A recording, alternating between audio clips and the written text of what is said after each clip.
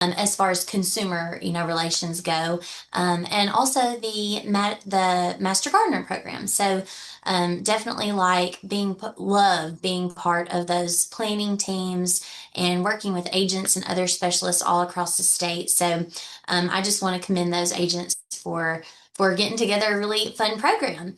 And Cody asked if I would kick us off this evening with talking about garden planning. And as some of you may know, I do love ornamental horticulture. So I love pretty things and the flowers, right? And designing and making things look really nice and beautiful. But I am also a diagnostician at heart. So I help folks all the time with insect and disease issues on all manner of plant material, from ornamentals to fruits and vegetables. You name it, we look at it. And so as I was trying to find some really cool pictures to include for you all today, I didn't want it just to be all flowers. I wanted to include some of those fruits and veggies. And you know what? It was harder to find beautiful pictures than I thought it would be that were in my camera roll, because I'm always taking pictures of the ugly, right? The issues, the problems that we're seeing on plants. So know that I tried my hardest to get us some really nice things to look at today. So we'll just jump right in.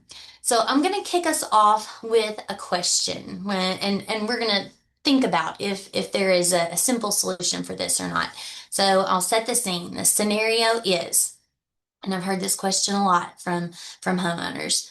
I want to grow fruit trees. I want to grow year-round vegetables. I love cut flowers. I'd love to grow a patch of cut flowers that I can use to sell at roadside stands or farmers markets or for my own home. I would love to install a beautiful, productive landscape. I'll throw a couple others in that aren't on the slide here. Folks who want to get into high tunnel, growing things in high tunnels, but they're not sure where to start. Maybe they want to do small fruit orchards, vineyards, etc., etc. And sometimes the doors are so wide open that we can't decide which direction we want to go, right? We want to do it all. And what I hope that I can kind of get your brains jump started on thinking about tonight is this always possible? Okay. Can we always do this realistically? I so wish that we were in person so I could see raises of hands of folks who have gardening experience, folks who maybe are new to Tennessee, haven't gardened in this area before, so I could get a better feel for your experience and your background. But I set this talk up today to really, I went with the basics, right? So I'm assuming that you do not have a deep, wealth of knowledge in how to approach some of these topics that we're going to talk about, which are so popular with our homesteaders nowadays. Another thing that I would love to know about this demographic is this something that you are just doing for yourself, right? For your self-consumption at home? Or are you hoping to generate some finances from your homestead activities? So if y'all want to in the chat box, type some answers to some of that stuff in, I would love that. And that way I can just see it as we go along and get a feel for where you are at in your growing expertise. So is this always possible? I will say no, it's not always possible. We have restrictions set upon us, right? We've got acreage restrictions, and there are some hidden restrictions that we're going to cover, hopefully that are going to help reveal the truth, right, in some of these situations. So before we get to that first slide, I want to throw this out there. I want you to start considering already, before we even get into these top tips for planning, I want you to start considering what you need. We need to identify some priorities, okay? I know we want to do it all, and maybe eventually you can if you have the space and don't have these other restrictions that we're going to cover today. But I want you to start thinking about, what are your priorities? If you had to pick, say, your top three crops or things that you want to grow or implement new on your homestead farm for next growing season, what would those three things be? Okay, so let's set some priorities. And then I want you to start thinking about, how much do you actually need of those three crops? Okay, so is this something, are you consuming these items fresh yourself with, no real intentions for canning or preserving? That's going to make a difference for how much you need to plant, what kind of quantities you need to plant versus if you are planning on, doing those things, right? Instead of one fruit tree, maybe you need to plant five fruit trees. Does that make sense? So these are some of those things, and they're personal, right? So those are the only things that you can decide. So just go ahead and be thinking about those as we jump into our discussion for today. So, I've outlined some what I'm calling top priority planning points. Okay. We are going to discuss the importance of light, air movement. We're going to look at soils from a couple of different angles, the importance of drainage in our soil, the importance of the quality of our soil, both in fertility and pH. We're going to discuss water, both access to water, plans for irrigation, and some other fun things that we'll get into. And then finally, we'll come right down to design. So, designing for practicality as far as how many plants would you need to plant, right? Or the design of our layout for maintenance and harvest as we go along that road. So those are those primary areas that we're going to touch on today. If at any point you have a question that like pops into your mind, sometimes, I will forget if by the end of a class, right, what my question was that I had in the middle of it. You can go ahead and put it in that chat box and we'll kind of come back to those at the end. So go ahead and pop those in there, okay? Okay. The other thing that I want you to keep in mind, tried to make this talk very versatile so we could hit on lots of different stakeholder types. These are our planning outlooks that I designed this talk to address. So all of these concepts that we're going to talk today have application for growing vegetables, for growing cut flowers, small fruits. Small fruits are things that like aren't tree fruits. Okay, so if you ever today or moving forward here, extension folks refer to small fruits. Think blueberries, blackberries, raspberries, things like that. Those are small fruits. Strawberries. Um, Fruit trees, we're going to touch on some things that are more important for fruit trees, high tunnel production. And I had landscape on there, but then I kind of took it off because, right, I mean, we can talk about incorporating edibles and things into our home landscape for certain, but most homesteaders are focused on production, right? We want to grow things to produce. So let's start at the beginning. Let's talk about light. So as we are trying to plan our garden sites, and remember we're trying to pick those three top priorities that we're going to address next year. We need to think about access to light, and I want to go over just a couple terms here. We need to make sure that you understand what full sun means. Okay, full sun means at least 6 hours of direct sunlight. Okay, 6 hours. That's all it takes to be considered quote unquote full sun. So if you have an east facing site that gets sun from the time the sun comes up until noon, that's full sun, even if it's in complete shade in the afternoon. Okay, so that's a little confusing because you're like, well, it is shady in the afternoon, but is it getting at least 6 hours of full direct sunlight? That's the key because that's going to make all the world of difference in the maturity of several of our fruits and vegetables, and even the development of sugars in many of those, like tomatoes and berries. The more direct light they have, the more fully they can develop those sugar that sugar content, and it tastes better. So we for certain want to make sure we have that. A part sun, part shade site would be something that is at least 4 hours of indirect light. So, like if you have dappled shade or lots of shade trees and it comes in and out of sun right throughout the day, that area may be considered a part sun, part shade. And then when we talk about a shade site, that means that it has at least 6 hours of shade or dappled shade. Okay, so it's like the opposite of the full sun. um, the final note that I want to throw out about sun is that you can have a full sun site that receives that early morning sun, And you can also have a site that receives maybe full afternoon sun. And that afternoon sun site is going to just, that's much harsher conditions as we get later into the summer and our heat really starts to pick up. You know, those 6 hours of afternoon sun are much harder on our plants than those 6 hours of morning sun.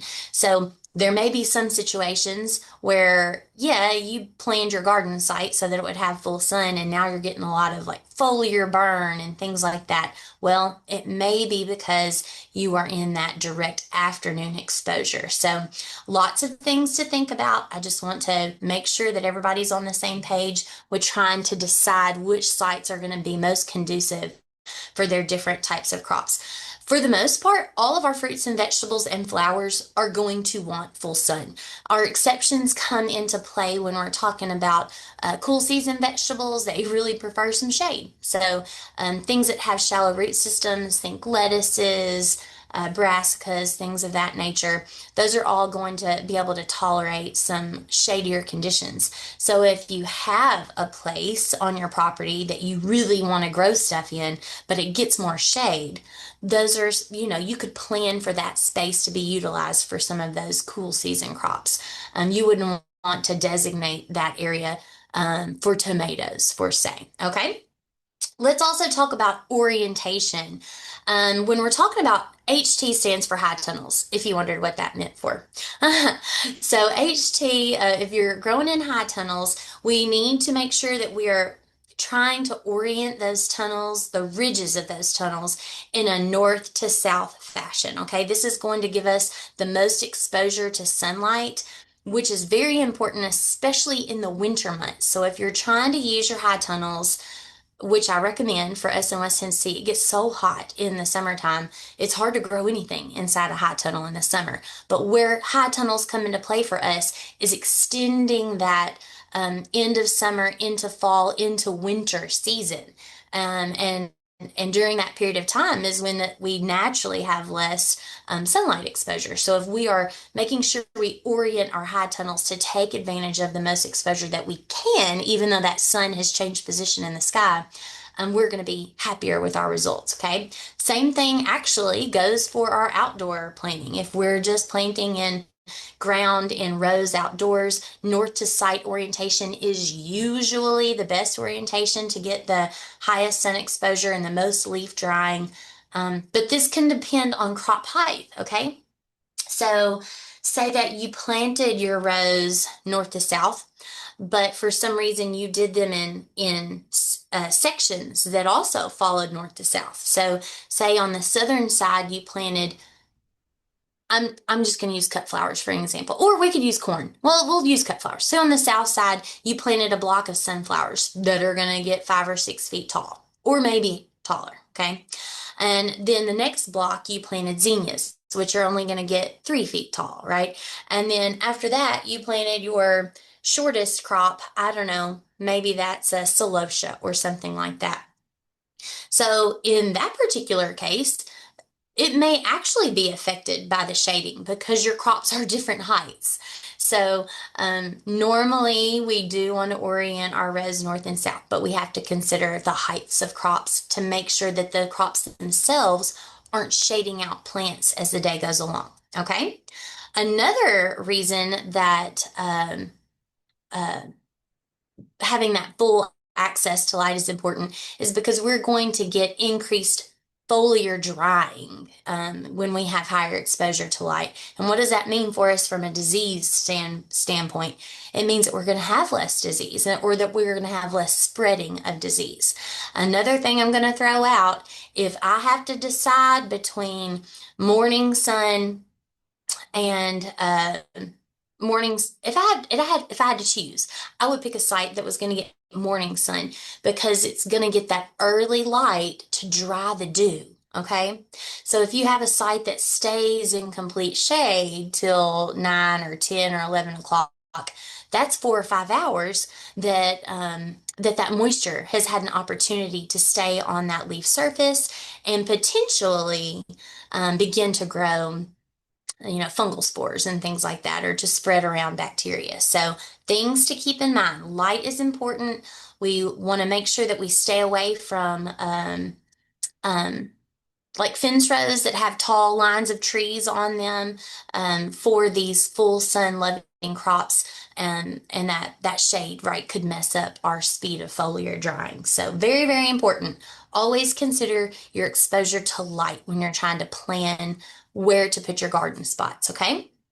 The next thing I want to talk about is air movement.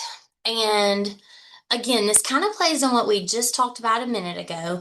Think about airflow in the canopy. If we have good airflow in our leaf canopy, we're going to promote leaf drying. We're also going to promote drying of fruit and blooms that will develop into fruit right in the future.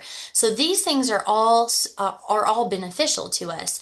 Now, how can we manipulate that as growers ourselves?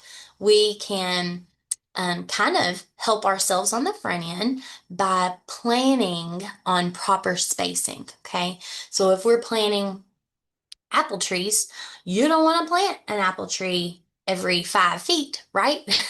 The canopies of those trees will eventually grow into one another and cause lots of issues beyond air movement. But that is a very easy example. Another one that comes to mind is think of vineyards. So this particular vineyard that we're looking at right here is very well managed. This is like the perfect amount of leaf canopy.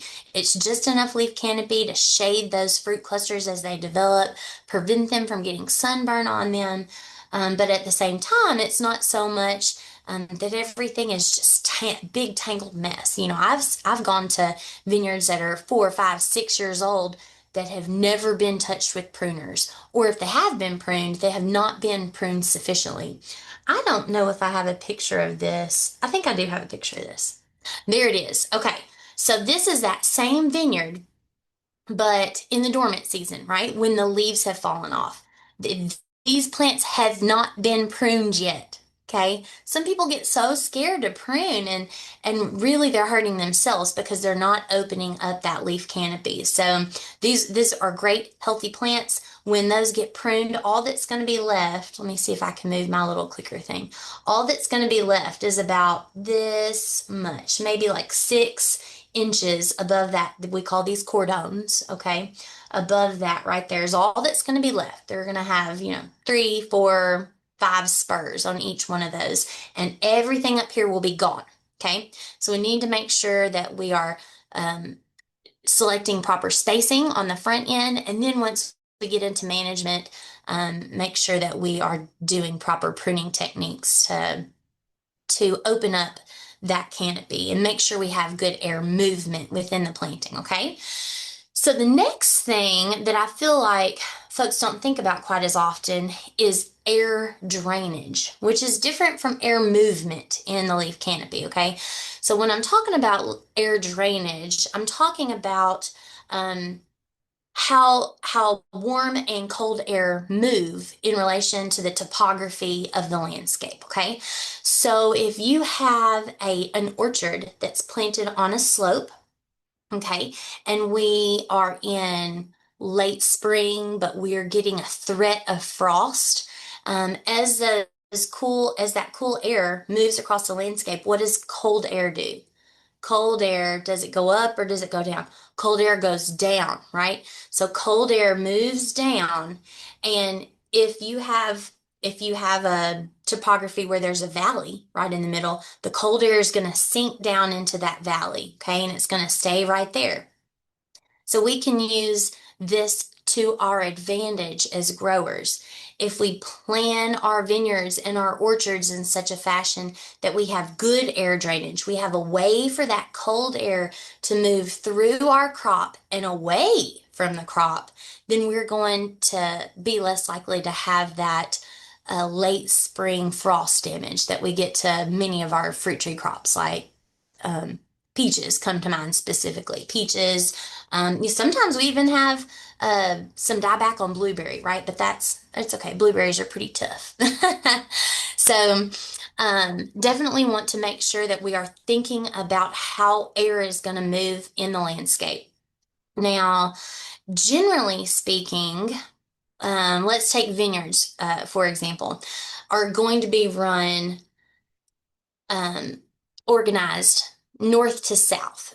Okay, but that we have to take into consideration the topography of the landscape. So if we do have a considerable slope, even if it is not north and south oriented, we're usually going to go across the slope of that. We're going to go across the face of the slope, if that makes sense. That's going to do a couple of things. That's going to help reduce erosion, right? While through planting and maintenance of that crop. This technique is called contour planting. So just kind of put that little nugget in the back of your mind. Um, and while this does have a lot of good advantages, sometimes it can impede the flow of air down the slope, right? Because we're planting along the face of the slope. So a couple strategies that we can use to overcome that is making sure that we leave some openings, right? So if you have a vineyard, you've got your line. There's going to be a post. You're going to have an opening, and you're going to start again, and you're going to have several of those channels along the face of that slope. And I know if you're probably going to have, talks that get more into depth on fruit production, more into depth on vegetable production, but these are things that I wanted to make sure that you were aware of right now in this early planning stage. Because right now is the time to be planning for all these activities that are going to happen next year. You need to be deciding on your cultivars, finding suppliers, making sure you're placing your orders now so that you can get those plants in late winter and get them in the ground, right? And once you have those plants, ooh, it's hard to make a plan in like 1 week. So now is the perfect time to be doing this planning. And I wanted to make sure that you all were aware of some of these things. So make sure that you allow for spacing so you've got proper airflow among your canopy once those plants get mature, and that you are designing your plantings so that you get optimum air drainage in your landscape. Okay. Last thing I'm going to say about this, I feel like I've talked about it so long. Last thing I'm going to say about this is to avoid the bottom. So even if you are planting on a slope, if you have an orchard and you've got to use the whole face, don't plant right at the bottom, okay? Because that's where the cold air is going to settle. So don't plant anything down there. Also, sometimes we want to avoid the tops, the very tops of those slopes, especially if you're in an area that gets frequent like wind issues, okay? So that can be an issue. So try to avoid the top and the bottom, use the middle zone. Make sure you leave air drainage paths. Okay. Okay, the next thing I want to touch on is soil. We are still in this planning stage, okay? We're trying to decide where's the best place to put things.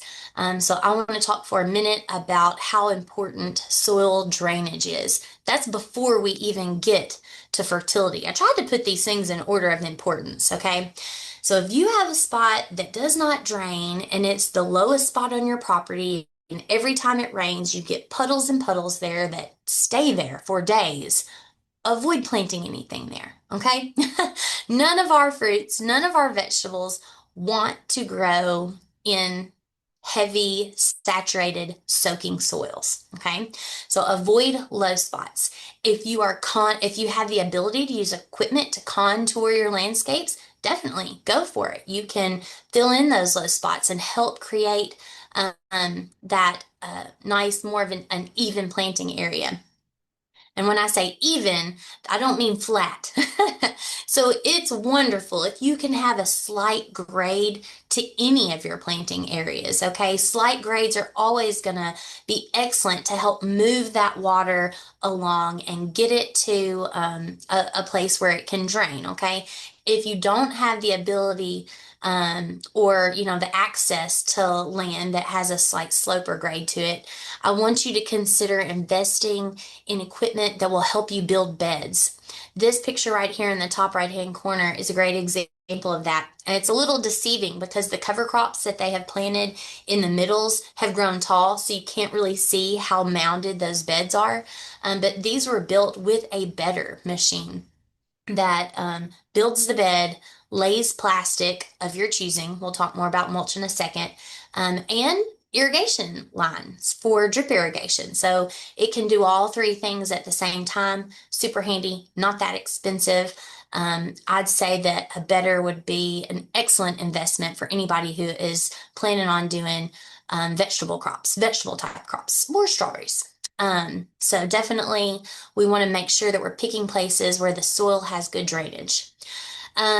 If you have heavy soils, I'm not sure what the soil texture is like up there, but I am in Jackson, kind of like, right in the middle of West Tennessee. I live in Gibson County, so one county north of that.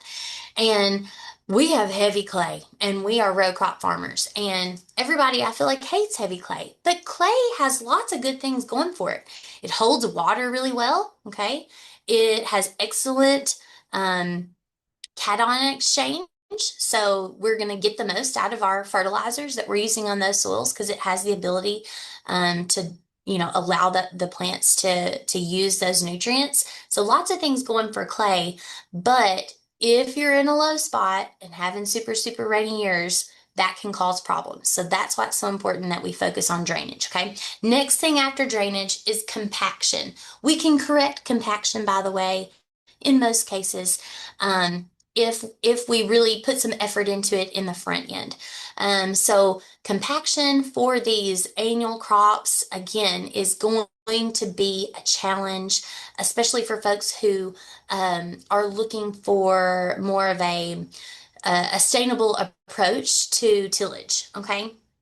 Um, we know that repetitious tillage year after year after year can break down soil structure and do some detrimental things to our soil biome. So if we are trying to address compaction on the front end, you may actually need to do some deep tillage to help break that initial compaction. And then as years go forward, we can incorporate, minimal tillage techniques, growing cover crops to help create those air spaces and water spaces in the soil. We can um, uh, use lots of different techniques. When I say minimal tillage, that either could be shallow tillage or it could be vertical mixing of soil. That's kind of a new thing that a lot of sustainable folks are doing. Instead of mixing it like this, we're mixing it like this. I've got a picture of a cool machine that can help us do that here in a little bit. So just know that compaction can be an issue with those annual crops. Not quite as big of an issue when we're talking about small fruits like berries and tree fruits. So if you have an area that has heavy compaction, consider some of those other crops for that area. Next, I want to talk about soil fertility and pH and how that is so important.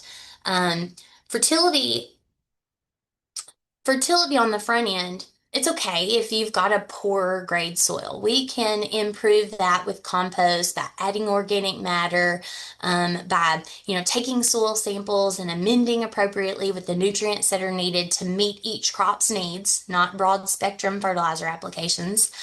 So we can do something with that, okay? But pH can be a problem. Because if your soil naturally is acidic, but you're trying to grow a crop that naturally wants a more basic soil, that's a constant battle, or vice versa. Okay, so take blueberries, for example. Blueberries are acid loving, they want a pH of like 4.8 to like 5.2 or something like that. And when you take your soil sample, if your results are coming back as like 6.5, that is a big struggle to move that pH scale down to where it needs to be for those blueberries to be happy. Once you get in the happy zone, it's going to take even more work to keep the soil there because over time it's naturally going to migrate back towards its natural pH, okay? So we need to be soil sampling right now, especially if we're planning on growing some of these crops that like acidic soil, to identify the places on our property that may be naturally more acidic, and then to also give us a head start. Say that you're close. Say you're like 5.6 or like 6.0, and you're like, I think I can do it, right? You need to start amending for pH now because it doesn't happen overnight like fertilizer. Fertilizer gets into the soil solution, depending on what kind you use, and is immediately or within 2 months available to the plant. That is not the case with pH. It takes time to change that chemical makeup of your soil. So we need to be paying attention to pHs right now. Okay. The last thing I wanted to mention, and it's kind of like a side shoot off of soils, is once we have all those things decided, it's not too early for you to be thinking about what type of mulch options you want to utilize on your farm. And this QR code, if I don't know if y'all know how to use a QR code, you just open up your camera. You don't have to take a picture, you just point it towards your screen, and it'll make a little yellow link at the bottom. If you click on it, that'll take you to a really cool UT website that has all kinds of studies comparing lots of different types of mulch options. So we've got landscape fabric type mulches, which let water and moisture through, but help with reducing weeds. There are plastic options. There are lots of biodegradable options. There are plastic biodegradable. There's organic biodegradable and all manner of things in between. They've come up with some pretty crazy names for them. Organic mulches like, bark, shredded bark, wheat straw. I love using wheat straw because it breaks down real quickly. And yeah, I have to keep putting it on there, but it keeps building that organic matter. And then, of course, cover crops. So definitely check out that publication to kind of get your brain thinking about what might be your strategy for mulch. Oh, I forgot I put this picture on here. So let's go back to thinking about pH for a second. So pH is actually on a logarithmic scale. So it might seem like you're like, oh, well, she said blueberries need 4.8, and I have a 6.8. That's only 2 point. That's only, two numbers away from each other. Actually, that's wrong. So let's look at this picture right here. So if we were on a 7, if we wanted a 7, but our soil tested at a pH of 6, this is actually a 6 is 10 times more acidic than a 7. Okay. So then you would think, oh, well, wonder what 5 is. A pH of 5 is 100 times more acidic than a pH of 7. Okay. So we're going logarithmic. We're not going just by little decimal points. Okay.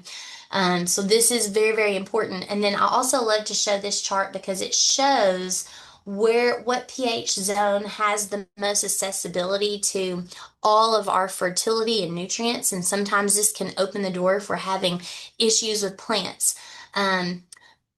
Let's go back to the blueberry example. They're going to love to be somewhere down here in this zone, okay? Look, where is iron most accessible? Iron is most accessible way down here on this acidic range of this chart. So if we have blueberries that are growing in soils that are 6, to 7 up here, they don't have accessibility to iron, and their leaves start looking real weird, real chlorotic, yellow. Sometimes we'll even get some like purpling on the outsides of the tips of those leaves, and that's because the pH isn't in the zone where iron is most accessible to that plant. And that's very, very important to blueberries. Okay. So I thought that was a fun little nugget of information. Oh, and this was a picture of a different type of mulch option. This is actually one of those biodegradable plastic mulches that one of our growers here, larger scale growers in West Tennessee, they grow for the market and things like that, are using. They actually weren't super happy with this product at the end of the year because it broke down more quickly than they would have liked. And then they had a lot of weed regrowth and weeds poking through that. But I just wanted to share some different options with you, some pictures of different options. Okay. Oh my goodness, I've talked too long. I've got to speed up. So now we're getting to water. So the importance of water in our planning of our garden. We need to make sure that we have access to an excellent water supply, okay? Maybe that's city water, county water, maybe you have a well. All those things are great.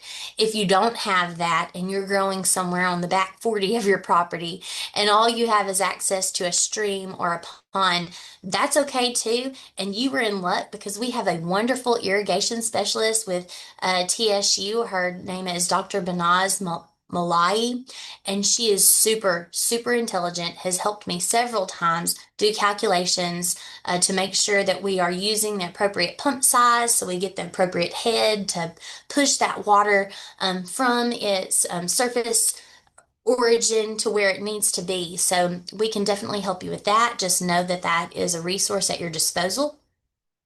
Also, I want to point out how important access to water is if you are trying to grow in a high tunnel. Because, right, we have limited leaching in a high tunnel area because we're excluding all external rainfall, okay?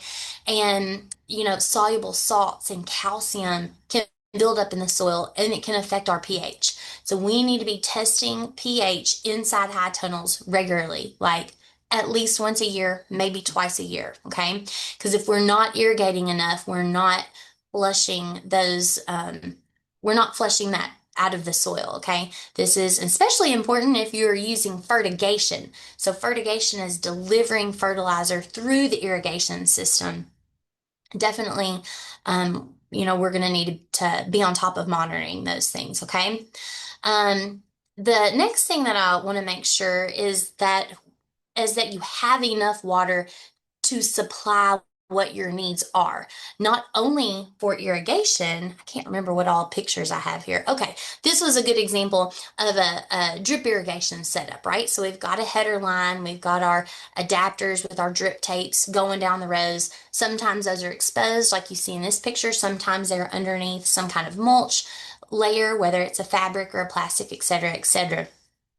So, but what I'm talking about, making sure we have enough supply of water, is if you are growing a crop like peaches or strawberries, sometimes if you're really into it and you're counting on these crops to make money, it could be to your advantage to have a system for frost protection. And that's where we irrigate these crops before the temperatures get to that detrimental low where we're going to get damage to blooms and subsequently fruit. We start building up that ice layer on those plants. And once they're coated in ice, they can't get any colder than 32 degrees. Ice doesn't get colder than 32 degrees. It freezes, and then that's how cold it is, right? But that has to stay there all night long. Okay, we can't just coat it and then quit running the irrigation and say, oh, they're good. Because as that layer begins to melt, then the temperature does get much, much colder. Okay, so if you're using irrigation for frost protection through icing, we need to do some math calculations. Even if you have a steady supply of water from a well or city or county water, we need to pull in Dr. Banaz again and let her help us make sure that we've got the adequate water to make sure that that system is going to work for you, okay? Okay, let's talk about design for a minute. I feel like, oh, I'm close to the end. I'm going to make it. So let's talk about design. Um, when I'm talking about design here, I'm just talking about your overall thought plan for how you're going to have things laid out on the property. I didn't have time to do a lot of sketching or anything like that, but I do that all the time. If you don't have any graph paper, just get some out and start. I like to start with a bubble map first. Just kind of designating these large areas for whatever their purpose is going to be. And then you can refine each of those areas as you go along. I like to make sure that I'm denoting water movement on the property, make sure that you are denoting your sun exposures and north, south, east, west. We want to have all that information right on our property plan, and that's really going to help us when we get more down to the nitty gritty where we're deciding I need 4 rows of squash that are 200 feet long, and I need 2 rows of cucumbers that are 200 feet long, and et cetera, et cetera. And being able to lay all those things out and make sure that we have the adequate space to do that. So the first thing that I want to talk about is design for maintenance. So this is a high tunnel that I went and visited with a friend in another state. And I loved this story that she told me. So initially, when they designed this high tunnel, they did not have this big door right here. There was just a man door on this side. And the other end had doors that swung open like this, okay? But then they realized once they got their equipment inside the high tunnel to help build the beds, um, um, turn the soil and all those things, they didn't have a good way to get it out, right? So they went the length of the house, but then they were kind of stuck. So they came in and they installed on the backside a really nice roll-up door system here that stays closed the majority of the year, but whenever they need to move that big equipment straight all the way through their greenhouses, they can do that. So think about maintenance on the front end. Okay, what type of equipment are you going to be needing to get in and out of your areas? And that doesn't have to do with just greenhouses. This can be outdoor growing spaces, okay? We need to think ahead and make sure that we are spacing our rows adequately for you to get whatever equipment you may need to get in there. This is a fun piece of equipment that I mentioned before. This is a bed finisher. It's called a power harrow. And I know you can't see it, but up underneath here, there are several here. One, two, three, four. You can kind of see those togs. There are these blades that are pointed down, kind of like mixers. Think of like an electric mixer. And they mix the soil like this, and they really make that top layer of that seed bed super, super fine. And then you can see on the back end here, there's a tamper. So they make sure it's really, really fine. They're mixing vertically, and then they tamp it down so it's nice and flat. And that's perfect for things that you are direct seeding. That goes a long way for direct seeding crops. So that was just one example. Another example would be like when you are harvesting your crops, are you driving a gator through those wide middles, or are you taking a four-wheeler, you know, to carry all your harvest buckets and things like that? I mean, nobody wants to carry 5-gallon buckets full of squash, 400 feet back and forth every time they get full. So certainly use that to your advantage. Make sure you're planning for your harvest and maintenance equipment on the front end, okay? Another thing I wanted to mention is aesthetics. So I know a lot of folks who are doing cut flowers right now. That's really exploding here all over Tennessee.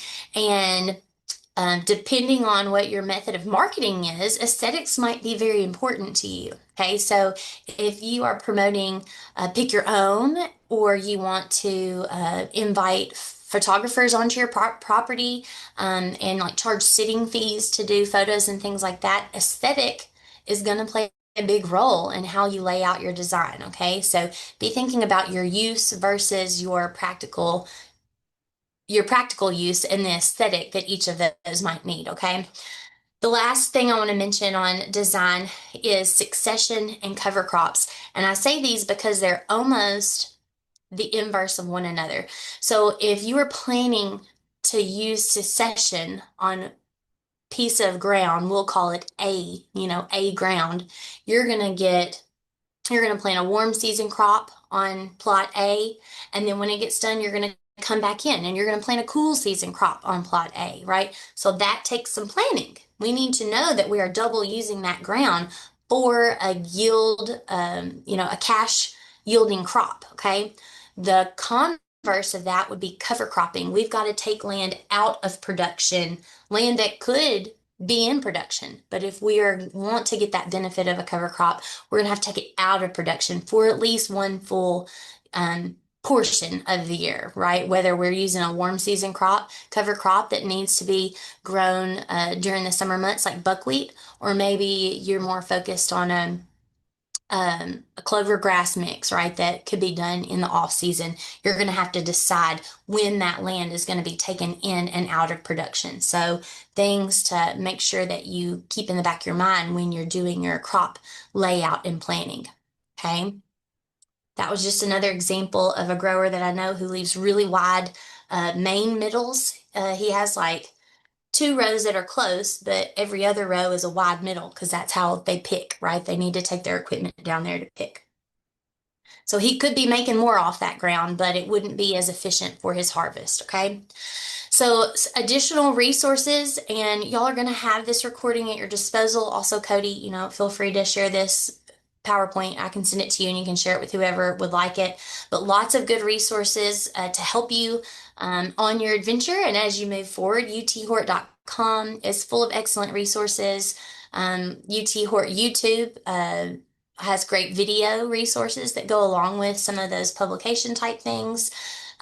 If you are looking for publications that are more focused on a larger scale, commercial scale, we would need to be searching for those at the UT Extension Publications website because UT Hort focuses on smaller home production. I'm not talking like raised beds only, I'm talking about, you know, it could be considered like small homesteading. But once you're getting into a larger production scale, we have some more detailed publications for commercial production that are available in the Extension Publications website. There's a UT vegetable production website that can direct you to some useful resources. There's a UT organic and sustainable crop production website. Same thing. It's kind of the platform landing site to direct you to other resources. University of Arkansas Extension has some really good homestead research resources that are already pulled together on one central website. And then don't forget about our TSU Extension New Farmer Academy. Lots of opportunities there that I feel are going to benefit homesteaders in a big way. And that is all. And so we can open the floor for questions. I'm looking in the chat. It looks like we have a bunch of stuff in the chat, which is exciting. And I'm just gonna open up my chat here and we'll We just we kind of look around.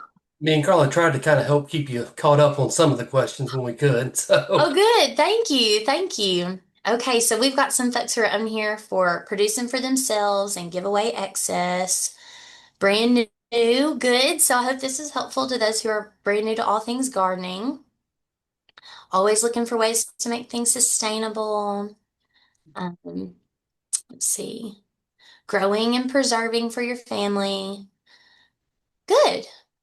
New to Tennessee? Oh, that's great. Okay, okay. so All now right, it's good. time to ask any questions that y'all want to. Y'all feel free to unmute your mics, ask questions, drop them in the chat box. We'll answer them as quickly as we can. Yeah. So I'm just gonna start here at the top and just kind of work my way down there. So we had a question that said, what is a high tunnel? And then they said that they Googled it and they think it's a big greenhouse. Kind of. So a greenhouse is a completely controlled environment. So it's enclosed. We control the heat and we control the ventilation in a greenhouse. A high tunnel is passive. So we have passive ventilation. You can have mechanical ventilation. We can install fans in the end of it, but typically high tunnels are not heated in any way. Okay. So the growing that we're doing into the fall and into the winter has to do with the ability of a high tunnel for their sides to be rolled down and kind of like enclosed. So we're just trapping the heat that comes in during the day and trying to trap that heat so it stays inside that high tunnel through the cooler parts of the night. And then that whole cycle starts over the next day. But definitely we need ventilation for those high tunnels during the summer months. So we like to be able to roll the sides up. We get crosshair that way. And then, of course, you could always install fans in the eaves of those to help with cross ventilation through the length of the high tunnel. Does that make sense? Okay, cool. When is the best time to prune fruit trees? We just planted 12 this year, but haven't touched them yet. Late winter is the best time to be doing our pruning. So before things are budding out, before the sap is really flowing, that is the opportune time to do all of our fruit tree pruning. Oh, good. And y'all have a field day. So excellent. Yep, every year we have a field day at a winery, and then we move to our only orchard in the county that has both apple and peach trees. So Ah, okay. Can't dig a hole because the clay and rock are impossible. Bless your heart. I hate that. Um, a simple hole is like after it rains and rains. So not putting stuff in the ground. Okay, so we're going to utilize raised beds in those situations, right? It's not worth trying to fight that hard native soil. And I hear you on that. Another thing to consider is you can actually build um, they're almost considered a berm at this point. It's like a raised bed, but doesn't necessarily have sides to it. A lot of people grow blueberries in raised berms. They have shallow root systems anyway. And as long as you can make sure that you put down some irrigation tape to help them along, especially through establishment, just planting into berms. So like mounded rows that are just constructed on top of the soil. So, but you don't have to do all of the, building of the sides and everything like you would in a traditional raised bed. Is clay generally acidic? Yes, clay is generally, well, I say kind of acidic. It depends. So different parts, it depends on what the parent material is, but um, our clay soils where I live, we are in the 5.8 to 6.5 range. So I still have to move it down for blueberries. But there are places that don't have to. I mean, I see, large open blueberry orchards all around, and those are places that have that naturally more acidic soil. So it's just gonna take soil testing, right? Trying all over your property and seeing what you come up with. Let's see. Okay, y'all talked about the soil sampling. Cody, do you want to say it out loud about how they can do soil samples at the office? Yeah, so y'all can either bring one in. Montgomery County, we still go out and take them ourselves. So if y'all want us to come take one, we try not to have to do that all the time. We do prefer them to be brought in, but um, and also if y'all ever want to know how to properly take a soil sample, that's something we can also do a class on. It is very important that you do a soil sample properly to get an actual accurate reading before you plant. So um, that's something we could even do almost a whole class on in and of itself, Definitely. or at Oh, least maybe yeah. like a half class on. Definitely, I'd say spend a whole class on it. I'd say spend a whole class on it because even like when you're taking soil samples for various crops, it's different. So for fruit trees, we actually want to take several, like one that's 12 inches deep, another that's 18 inches deep. I don't even have a soil probe that'll go that far. But if you are really serious about establishing even a small home orchard, we need to know those soil sample results at those various depths. David Lockwood will tell you that every time. He's got a special tool that I've wrangled him to come and help us use before to get those deeper core samples pulled. But yes, so important. A question here about green beans. The plants look great. They're growing up a trellis, but no beans yet. So I would say give it some time. Like maybe they're just not mature enough. I'm surprised you got beans to germinate. I talked to people who've planted green beans 2 and 3 times, and it was just so wet this spring. They just had, we had some real issues on green bean germination. So I'm glad you have some plants. I don't know any tricks that you can use to spur them into flowering other than they just need to reach that point. Um, and the only other thing that I could think is, excessive nitrogen causes lots of beautiful vegetative growth and sometimes can subdue flowering. So I don't know if you've been fertilizing them a lot, but if you have, I would quit. Okay. Um, Plum tree's going on 4 years old. It's living its best life. It also hasn't flowered yet. Um, Again, I don't know a trick for forcing it into flower other than it just needs to reach maturity and sometimes plants that are very stressed in the previous growing season will compensate for that by not producing flowers because it knows, like it's afraid. It's like last year we didn't do too good and I need to save all my resources so that my whole plant survives, right? So they're not going to put extra resources into flowering. So maybe make sure that it's not under, severe stress circumstances. Make sure it's getting irrigation if it needs it through our droughty periods and so on and so forth, things like that. Um, oh, your cucumbers are bitter. Mm, that can always be a problem. Never fun. Let's see. Any tips for finding land to build a homestead? I think you would just need to talk to your local folks for that. Um, okay, I think I think that kind of gets us caught up on the questions. Everything else is kind of local stuff that you or Carla can help people with as far as getting into volunteerism or other classes and things like that. So I thank y'all for having me and And I'd love to come back and talk about something else with y'all in the future.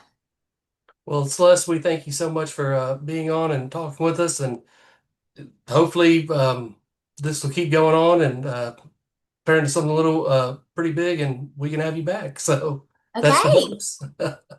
But thank you so much, and I thought it was a great class personally. So good. I'm glad. Thanks for having me. let me figure out how to pull this back up real quick.